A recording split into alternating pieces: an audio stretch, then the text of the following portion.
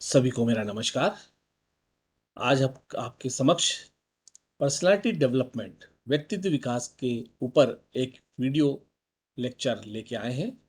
My self doctor Sanjay Prasad, assistant professor commerce, government college Pithampur, Dhar में मैं posted हूँ। आखिरकार ये व्यक्तित्व विकास होता क्या है?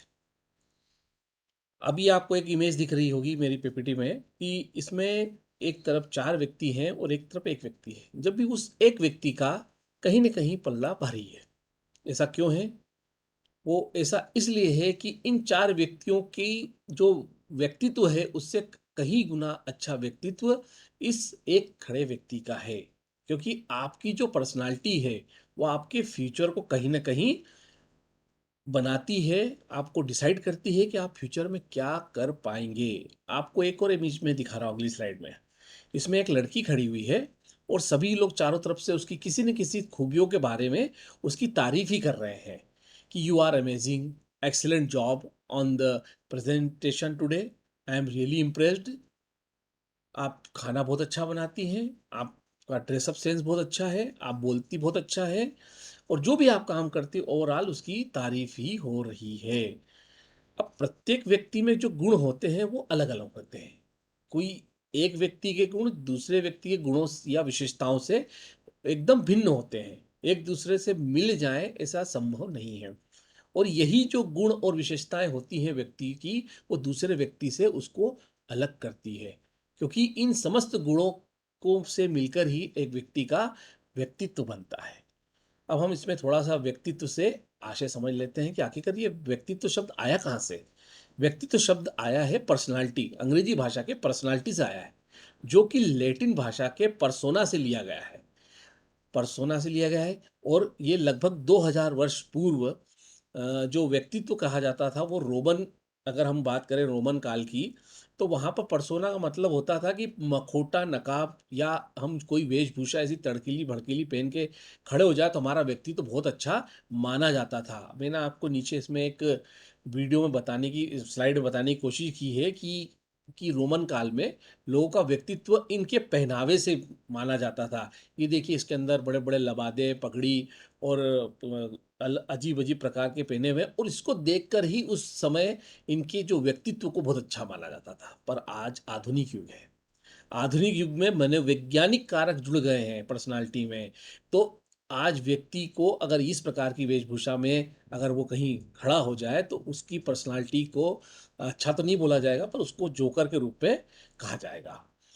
अब व्यक्तित्व से क्या है आशय? व्यक्ति को अपने व्यक्तित्व के बारे में क्यों पहचानना ज़रूरी है? क्यों? क्योंकि उसको ये पता करना चाहिए कि उसका व्यक्तित्व में कहाँ उसकी कमज़ोरियाँ हैं, उसकी क्या अच्छाइयाँ हैं, ये उसको पता होना चाहिए। अगर उसको पता ही नहीं होगी, तो वो अपनी कमियों को दूर करके अपनी अच्छाइयों की तरफ कैसे प्रयास करेगा? हर व्यक्ति को कहीं न कहीं अपना स्वॉट विश्लेषण करते रहना चाहिए। अब स्वॉट विश्लेषण क्या होता है? जो व्यक्तित्व से बहुत कुछ जुड़ा हुआ है। हर व्यक्ति को अपना स्वॉट विश्लेषण करना चाहिए। स्वॉट का मतलब होता है एस फॉर स्ट्रेंथ, उसकी शक्तियाँ क्या-क्या हैं, उसको पता होना चाहिए। डब्ल्यू फॉर वीकनेस, उसकी क्या कमजोरियाँ हैं। ओ फॉर अपॉर्च्युनिटी, अगर भविष्य में कोई इसको अपॉर्च्युनिटी मिलती किसी फील्ड में जाने की, तो उसके लिए वो तैयार है या नहीं है। टी फॉर थ्रेट्स, उसकी क्या समस्याएँ हैं, वो क्या, जिसे कहा जाता है ना कि एक बच्चा खड़ा होता है बोलता है सर मेरे को अंग्रेजी में मैं वीक हूँ, पर हिंदी बहुत अच्छा लिख लेता हूँ। तो उसकी समस्या क्या हो गई? उसकी अंग्रेजी भाषा हो गई, जिसमें वो बोलने में असमर्थ है। मैंने आपको यहाँ 2 इमेज दिखाई है कि अगर व्यक्ति का व्यक्तित्व पहले ऐसा है और उसका स्वॉट विश्लेषण करके अपनी कमियों को दूर करके अगर वो एक जेंटलमैन के रूप में आप अपने आप को ढाल लेता है, तो उसके व्यक्तित्व को आज के आधुनिक युग में बहुत अच्छा माना जाएगा। अब ऐसा कहा गया है कि व्यक्तित्व कोई ऐसा तो है नहीं कि, पर उसमें सारे गुण होना चाहिए। वो उदार होना चाहिए, अपने छोटों से ढंग से बात करे, अपने बड़ों का आदर करे, जनप्रिय होने के लिए उसको क्या है, सभी लोगों की सुनना चाहिए और अपनी बात शांतिपूर्वक रखना चाहिए। आपको एक इमेज दिखा रहा हूँ मैं इसके अंदर कि चारों तरफ बहुत सारे व्यक्ति खड़े हैं और एक व्यक्ति सेंटर में उभर के खड़ा है। क्यों? क्योंकि कहीं न कहीं इस व्यक्ति का जो व्यक्तित्व है उन सारे लोग खड़े लोगों से उसका व्यक्तित्व कहीं ऊँचा है। क्यों? क्योंकि आज के युग में अब अपनी खुद की अभिव्यक्ति करना आना चाहिए, व्यक्ति को उदार होना चाहिए, आकर्षक दिखना चाहिए, तो ही उसकी आजकल समाज में जो होती है पूछ-परख ज़्यादा बढ़ जाती है। अगली स्लाइड में देखते हैं सफल व्यक्ति। आखिरकार सफल व्यक्ति होता क्या है? सफल व्यक्ति वह व्यक्ति होता है कि अगर उसने सफलता निश्चित समय में प्राप्त कर ली, यानी कि फल सहित प्राप्त कर ली, तो उसके लिए वो सफल व्यक्ति हुआ। हमने हमारा लक्ष्य निर्धारित किया कि हम 25 से 28 साल के या 30 साल के बीच में हम आईएएस बन जाएँगे। अब उसके लिए हमने पढ़ाई की नहीं, हमको लगा कि अरे! अब पढ़ना चाहिए और पता चला हमारी उम्र निकल गई और हम 40 क्रॉस होने के बाद हम ग्रेजुएट हो पा रहे हैं। तो क्या कहा जाता है कि समय के साथ चलना चाहिए। और अगर हम समय के साथ नहीं चलेंगे, तो बाद में पाया गया जो प्रतिफल है, वो आपके किसी काम का नहीं रह जाता। इसलिए कहा जाता है कि समय पर अगर हमको कोई निश्चित जो हमारा गोल है, वो मिल जाए या प्रतिफल है जो मिल जाए, वो हमारे लिए काम का है। बाद में मिलने से आपका कोई काम का रहता नहीं है वो। हमें हर इम्पॉसिबल को पॉसिबल में बदलना है। हमको ये ठान लेना है कि कोई भी हमारे लिए मुश्किल नहीं है। हम सारी चीज़ें हम कर सकते हैं। ऐसा अगर हम अपना मोटो लेके चलेंगे तो हम कहीं न कहीं सफलता की ओर हमारा लक्ष्य निर्धारित होगा और हम सफल होंगे। अच्छे व्यक्तित्व का अर्थ न केवल अच्छा व्यक्ति बनना है, किंतु साथ ही साथ अपने उद्देश्यों में सफलता भी प्राप्त करना है। हम ऐसा नहीं कि हम सारे लोगों से अच्छे से बात कर रहे हैं, पोलाइटली बिहेव कर रहे हैं, लोगों की सुन रहे हैं, उनके जवाब दे रहे हैं, इतना ही नहीं है। इतने से हमें सफलता नहीं मिल जाएगी। पर हमारे समय पर हमें क्या हमें आगे करना है, क्या हमारे उद्देश्य हैं, क्या हमारी सफलता प्राप्त करने चाह रहे हैं, उसके लिए हमें लक्ष्य का निर्धारण करना पड़ेगा। सेट ए गोल। अगर हमने हमारे जीवन में कोई गोल का निर्धारण नहीं किया है, तो हम क्या अचीव कर रहे हैं? हमको पता ही नहीं है। हम चल रहे हैं भीड़ में। हमें हमारे लक्ष्य का निर्धारण करना होगा और स्टेप बाय स्टेप हमें हमारे लक्ष्य की ओर बढ़ते जाना पड़ेगा। ये हमें करना पड़ेगा। अब समय प्रबंधन। अब समय प्रबंधन में मैं आपको ये सारी स्लाइड मैंने ले आया हूँ। समय प्रबंधन में अगर आपने समय का सही-सही प्रबंधन कर लिया, सही समय पे हमें जो कार्य करना है वो कार्य कर लिया। हमने ह अगर हमें पता चल जाता है कि हमने क्या गलतियाँ करी उसको समय रहते हम सुधार लेते हैं, तो ये हमारे लिए समय का प्रबंधन हमारे लिए काम का होगा। अब उसी के नीचे आप एक इमेज देख रहे हैं कि एक लेडी एक घड़ी में बहुत तेज़ी से भागती-भागती चली जा रही है और बड़ी हड़बड़ाहट में है। क्यों? क्योंकि इसने कहीं न कहीं समय का प्रबंधन नहीं किया हुआ है और अब वो सब चीज़ों में पीछे हो गई है और वो चाह रही है कि मैं अब समय रहते सारा चीज़ें पूरी कर लूँ और वो हड़बड़ाहट में दौड़ती चली आ रही है। तो कहीं न कहीं गलती होने की संभावनाएँ बढ़ जाएँगी। तो इसलिए कहा जाता है कि समय का प्रबंधन करें और समय पे हमारे सभी कार्य कर लेना चाहिए। अब दूसरी इमेज में आपको एक व्यक्ति दिख रहा है और वो घड़ियों के साथ यानी समय के साथ खेल रहा है। क्यों? क्योंकि कहीं न कहीं इस व्यक्ति ने समय की वैल्यू को जाना, पहचाना और समय रहते वो कार्य कर लिया। जो कार्य जिस समय का है, जिस दिन करना है, उस समय अगर उसने कर लिया तो वो पेंडेंसी रहती नहीं है। वो उस पे बोझ रहता नहीं है और वो फ्री माइंड से सारे काम करता है। उसको गलती होने की उसकी संभावनाएँ कम हो जाती है और व्यक्ति में कहीं न कहीं उसके व्यक्तित्व में निखार आना शुरू हो जाता है। समय प्रबंधन का महत्व। आखिरकार हमें समय का प्रबंधन करने की ज़रूरत क्या है? हम टाइम मैनेजमेंट करें क्यों?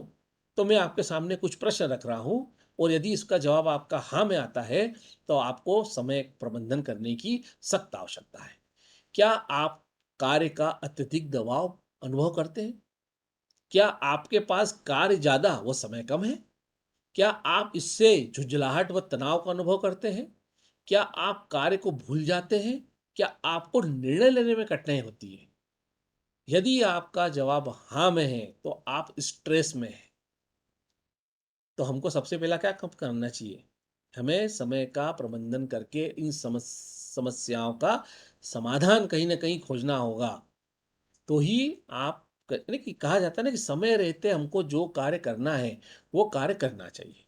अब इसमें एक मैंने छोटी-सी यहाँ पर एक यूट्यूब की वीडियो मैंने लगाई है, जिसे आप पहले देख लें, फिर इसके बारे में हम आपसे चर्चा करते हैं।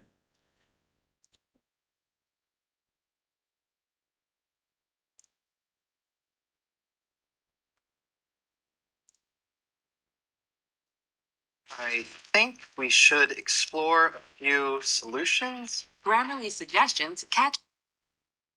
ये वीडियो शुरू हो चुकी है, आप लोग पहले इसके देख लीजिए, उसके बाद आपसे चर्चा करूँ।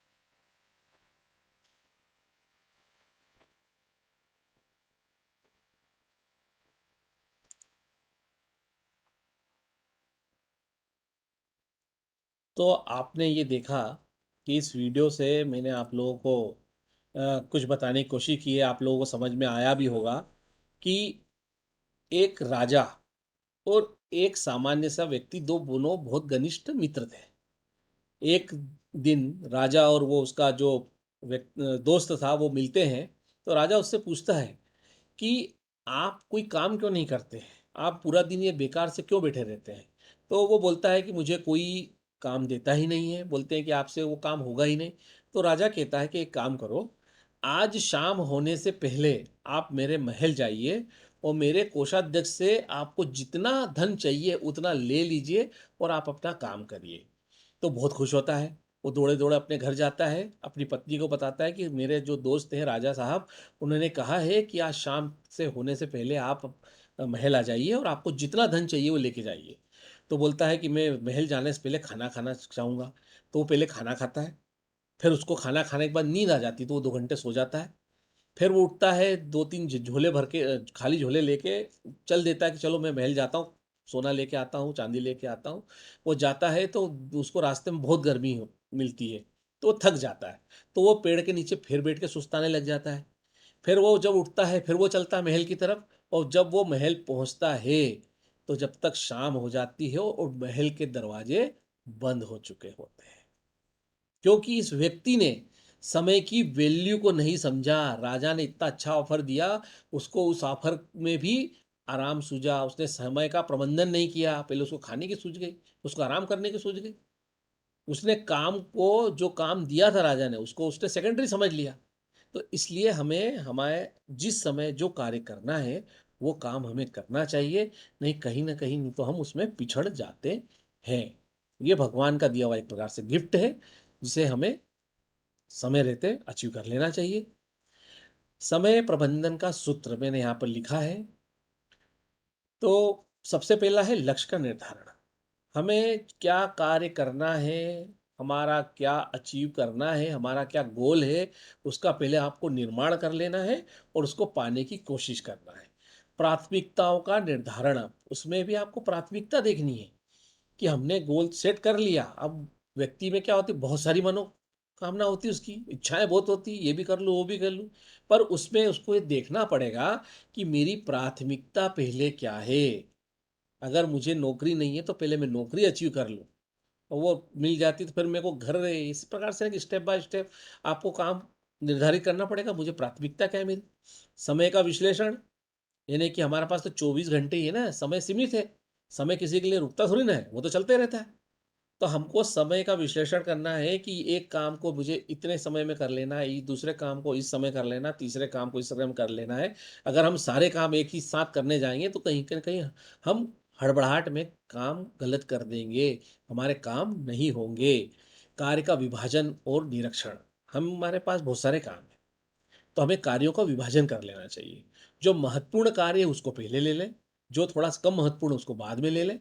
पर उस पे निरीक्षण भी करते रहना चाहिए कि हमने कार्यों का बँटवारा तो कर लिया, पर समय पे रहते उनका निरीक्षण भी करते रहें कि वो कार्य पूर्ण हो भी रहा है या नहीं और मैं सही जा रहा हूँ कि नहीं जा रहा हूँ अपने लक्ष्य की ओर। तो ये भी हमें देखना बहुत ज़रूरी है। विश्वास, आत्मविश्वास का भी रखना चाहिए, तो ही हम क्या करेंगे, हमारे लक्ष्य की प्राप्ति कर लेंगे। हमारा आत्मविश्वास डोल गया, तो हम भी डोल जाएँगे। तो एक ही इमेज देख रहे हैं कि ये सभी लोगों से आगे दौड़ता हुआ निकल जा रहा है। वो इसलिए कि इसने समय रहते अपने कार्यों को कर लिया है। अब आपको एक अगली इमेज में दिखा रहा हूँ कि हमें लक्ष्य प्राप्ति के लिए लक्ष्य का निर्माण करना चाहिए और हमारा ध्यान हमेशा लक्ष्य की तरफ ही होना चाहिए। अब आपको एक महाभारत काल की मैं एक इमेज दिखा रहा हूँ जिसमें अर्जुन जो मछली है वो घूम रही है और उसकी इमेज पानी में दिख रही है, पर अर्जुन की निगाह कहाँ थी? मछली की आँख पे थी। वो हमेशा अपने लक्ष्य की ओर देखता रहा, तो वो सफल हो गया और बाकी लोगों क्या था, वो अपने लक्ष्य को छोड़कर मछली की पूँछ, उसके पेट की तरफ या आस-पास जो घटनाएँ घटित हो रही, उसकी तरफ देखते रहे, तो वो लक्ष्य से भटक गए। इसलिए हमें हमारे लक्ष्य पर ही केंद्रित रखना चाहिए, तो ही हम हमारे लक्ष्य की प्राप्ति कर पाएँगे, नहीं तो हम लक्ष्य से भटक जाएँगे। लक्ष्य का निर्माण करें। आखिरकार हमको अगर सफलता प्राप्त करनी है तो पहला स्टेप क्या है? लक्ष्य का निर्माण। हमें अपनी कितनी भी आकांक्षाएँ हैं, भावनाएँ हैं, पर उनमें आकांक्षाओं, भावनाओं में से हम हमारे को एक लक्ष्य चुन लेना चाहिए और उस एक लक्ष्य पर हमको चल देना चाहिए। अब हमने लक्ष्य ऐसा निर्धारित करना चाहिए जो हमारी क्षमताओं पर हो।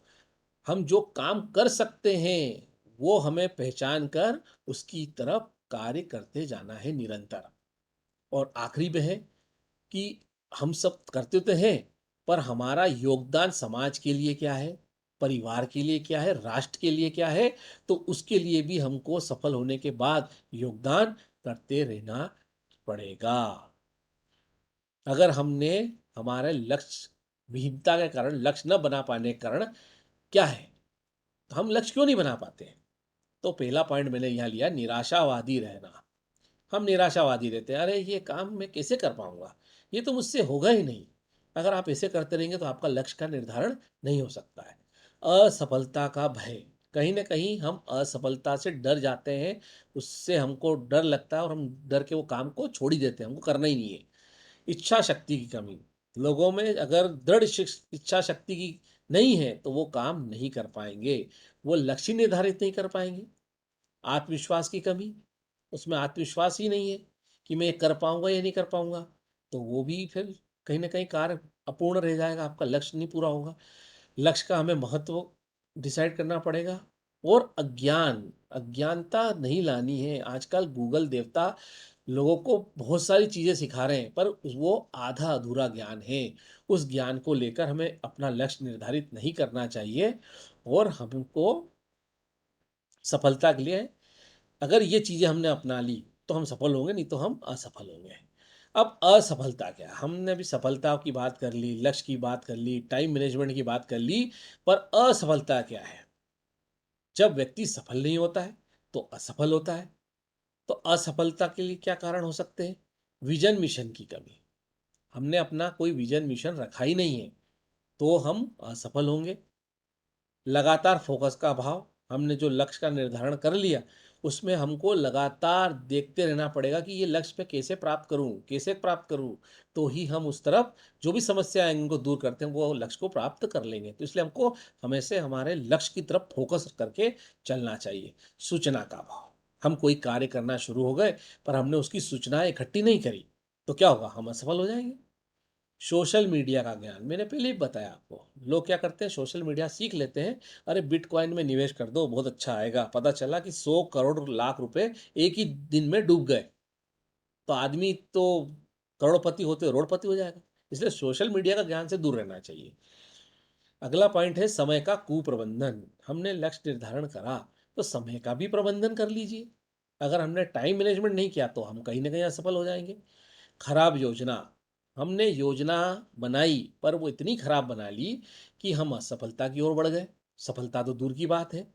कड़ी मेहनत की कमी, आज के युग में जो नौजवान व्यक्ति है, उनमें अधिकतर लोग क्या सोचते हैं, अरे सब आसानी से मिल जाए।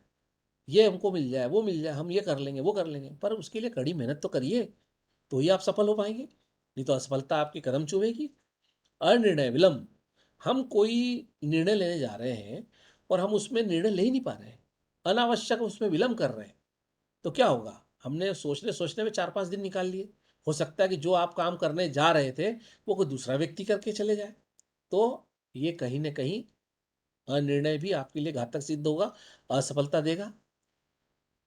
आत्म अनुशासन की कमी, हम स्व अनुशासित ही नहीं हैं कि हमें समय पे उठ के ये काम करना है, वो काम करना है, ये करना है। नहीं, अनुशासित ही नहीं है हम। हम 12 बजे उठेंगे, काम कर लेंगे, ऐसा होता है क्या? तो इसलिए आत्म अनुशासन भी रखना पड़ेगा। भाग्यवादी रवैया, सब भगवान देगा, सब भगवान देगा, हमको कुछ करना ही नहीं है और भगवान फल देगा। तो इस प्रकार के भाग्यवादी रवैया भी नहीं अपनाना चाहिए, क्योंकि जो कर्म करता है भगवान उसी को फल देता है। तो इसलिए भाग्यवादी रवैये पे ही नहीं रुकना चाहिए।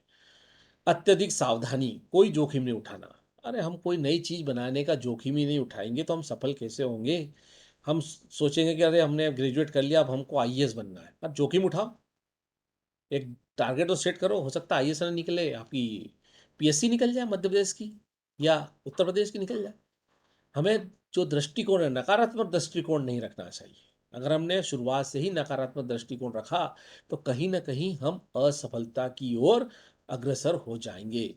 आत्मविश्वास की कमी, आत्मविश्वास की कमी भी हमें सफलता नहीं दिलाती है, असफलता ही दिलाती है। और अंत में मैंने एक पॉइंट लिया है, अहंकार। व्यक्ति को यदि कुछ मिल जाए थोड़ा बहुत, वह उसमें अहंकार आ जाता है और वो कहीं न कहीं गलतियाँ फिर करते जाता है। अभी तक हमने इतनी पॉइंट बात करी असफलता की। तो अगर हम असफल हो गए हैं, तो हमें क्या करना चाहिए? जाँच करें कि क्या गलत हुआ है? इस इमेज में देख रहे हैं कि इन्वेस्टिगेट करें कि हमने कहाँ गलती करी है और उसको सुधारने की कोशिश करें। तो हम असफलता से सफलता की ओर बढ़ जाएँगे। अगर हम असफल हुए हैं तो एक ब्रेक लें और कुछ समय आत्मनिरीक्षण करें कि हमसे कहाँ गलती हुई है और हम असफल हुए हैं। और गलतियों को स्वीकार करना भी सीखें और उनसे सीखें। लोग क्या करते हैं, गलतियाँ स्वीकार ही नहीं करते। अरे मेरे से गलती थोड़ी ना हुई है, ये तो इस व्यक्ति ने कर दिया है, इसके कारण मेरा काम बिगड़ गया है। तो गलतियों को स्वीकारें और उससे कुछ सीखना भी सीखें। तो अगर हम सीखेंगे तो हम सफल होंगे। और हमारे जो भरोसे के व्यक्ति हैं, जो हमसे हम मार्गदर्शन लेते रहते हैं, उन लोगों के पास जाएं और उनको बताएं कि ये गलती हुई मुझसे, तो हो सकता है वो कहीं ना कहीं आपको मार्गदर्शन दे दें। फिर प्रतिक्रिया प्राप्त करें। प्रतिक्रिया प्राप्त करने से क्या मतलब है कि लोग हमारे बारे में, हमारे कार्य के बारे में क्या कहते हैं, उनसे फीडबैक लेते रहिए कि आपने अच्छा करा, बुरा करा, क्या किया, कहाँ गलती है, क्या अच्छा हो सकता है। तो प्रतिक्रियाएँ लेते रहना चाहिए, तो हम असफल नहीं होंगे, सफल होंगे। फिर वैकल्पिक समाधान खोजें। अगर हम कोई कार्य कर रहे हैं, बार-बार उसमें हम फेल हो रहे हैं, तो हम उसको अल्टरनेटिव सॉल्यूशन लेके आना चाहिए हमको, कि इसका कोई दूसरा मार्ग है क्या? उसका समाधान खोजें, दूसरे मार्ग की तरफ चलें, हो सकता है आप सफल हों। फिर विफलता को लेकर अस्थायी रूप होती है ना, कि विफलता को लेके आप बैठे नहीं, वो अस्थायी होती है। आप उसको पकड़ के बैठ जाते हैं, अरे मैं तो विफल हो गया, मैं तो फेलियर हूँ, अब मैं जीवन में कुछ कर ही नहीं सकता हूँ। तो जीवन कोई आज थोड़ी ना खत्म हो रहा आपका। तो आप उसको अस्थायी मानें और बड़ा उसमें आगे चलें। और आप स्वयं को स्वीकार करें कि आप असफल नहीं हैं, आप सफल हो सकते हैं। और अतीत को छोड़कर भविष्य की तरफ आपको आगे बढ़ते जाना चाहिए, है ना? जो पीछे बीत गया, वो बीत गया। पर अब आगे हमको क्या करना है, भविष्य में हमें क्या करना है, उसकी तरफ हमको अग्रसर होते रहना पड़ेगा। अब मैं इस सारे जो मेरा आज के लेक्चर है उसका मैं सारांश कुछ लाइनों में आपको दे देता हूँ। समय प्रबंधन व्यक्तित्व विकास का एक महत्वपूर्ण सूत्र है। वो व्यक्ति के अनेक बिखरे हुए गुणों को बांधकर उसे सुसंगठित रूप देता है। इसके द्वारा इसके द्वारा व्यक्ति अपनी जिम्मेदारियों का कुशलतापूर्वक निर्वहन करते हुए सफल जीवन जीता है एवं संतोष का अनुभव करता है। तो इसलिए हम लक्ष्य का निर्धारण करें, प्राथमिकता का निर्धारण करें, समय का विश्लेषण करें, कार्य का विभाजन करें। आत्मविश्वास, आत्मविकास भी समय प्रबंधन का एक महत्वपूर्ण उपयोगी साधन है। यह स्वयं के विकास के लिए समय का नियोजन है। इससे आंतरिक क्षमताओं का विकास होता है। इससे हम अमूल्य समय को बचाकर अन्य कार्यों में लगा सकते हैं। आपको मैंने आगे कुछ पाठ्य सामग्री दी है, कुछ वेबसाइट है जहाँ पर आपको स्टडी मटेरियल मिल जाएगा। अब आगे मैं आपको कुछ आज के जो लेक्चर है उसके कुछ प्रश्न को भी मैं आप लोगों के सामने रखता हूँ। ये ऑब्जेक्टिव टाइप एमसीक्यू है। अंग्रेजी भाषा का शब्द पर्सनैलिटी लैटिन भाषा के किस शब्द से बना है? तो पहला पॉइंट ले रहे हैं पर्सनल, पर्सन, पर्सनल, पर्सोना और उपयुक्त सभी। तो इसका क्या आंसर है? पर्सोना। इसी प्रकार हम सेकंड एमसीक्यू लेते हैं। पर्सोना शब्द का शाब्दिक अर्थ है। पहला पॉइंट नकली चेहरा, नकाब, मुखौटा, सभी। तो सभी, क्योंकि रोमन काल में मैंने आपको बताया था कि लोग नकली चेहरा, नकाब, मुखौटा पहनकर अपनी पर्सनालिटी दिखाते थे। अब तीसरा ये प्रश्न है, व्यक्तित्व शब्द में व्यक्ति के किस किस गुण को शामिल किया जाता है?